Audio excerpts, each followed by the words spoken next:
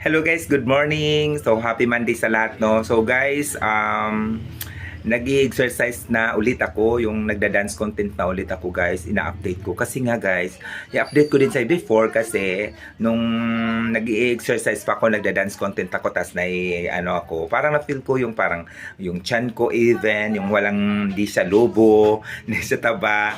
And then, nung iniwan ko yung dance content, yung hindi na ako nagsasayaw, so parang nagkaroon ako ng ano, yung parang delbel, ano, pumataba yung chan ko, tas bloated. So, naisip ko magda-dance content ulit kahit nakakapagod, yung parang natatamad ka pa lang, magsi-start ka pa lang, natatamad ka na. Kasi nga 'di ba, kapag nagda-dance ka, yung talagang all out, yung talagang ibigay mo, yung para papawisan ka.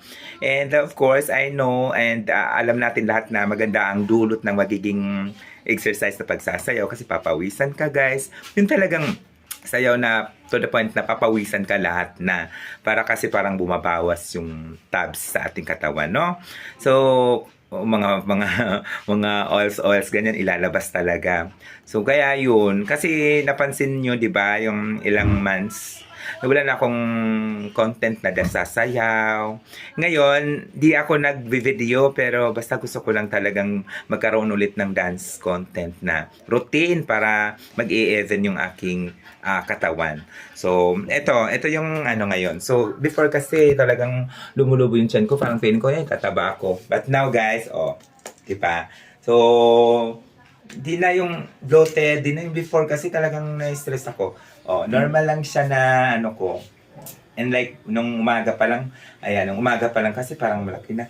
Pero at least, ito, bilbil pa din naman siya, guys. Kulang pa talaga. Kasi, 3 times pa lang po ako nagpapapawis na tudo talaga.